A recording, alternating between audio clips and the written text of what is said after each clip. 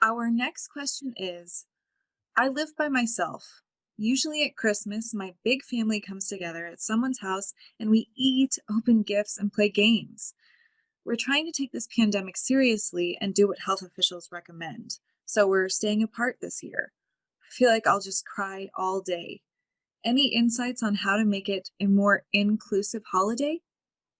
I think finding ways that you can connect with your family and friends, maybe in new and different ways, is one option.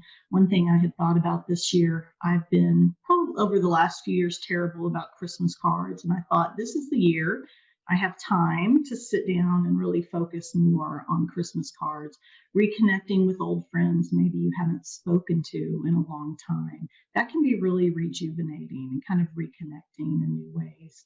So those are some brief ideas, but it is hard, and it's going to be sad for a lot of us. But I think finding something that works for you, and I, for me personally, I found that reconnection to be energizing. So you have to find what's going to energize you and help you to get through that day. Having a plan for that day would be a good way to start too.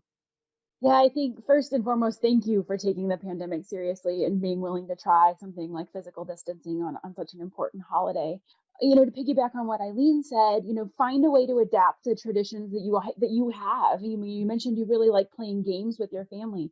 There are some games that actually work pretty well virtually. Charades, Pictionary. There's a bunch of dice games that are actually really easy to do via Zoom as long as everybody has a set of dice. And so find some of those types of things so that you still can kind of hang on to those traditions with your family the way that you normally do. Eating and meals are a big part of your tradition. Find a way to incorporate that virtually. It's not very fun to sit around and watch each other eat on Zoom, but you can try and cook together or bake cookies via Zoom or decorate cookies together or have a cookie decorating contest or find a way to kind of build that tradition and keep that tradition even in a virtual setting.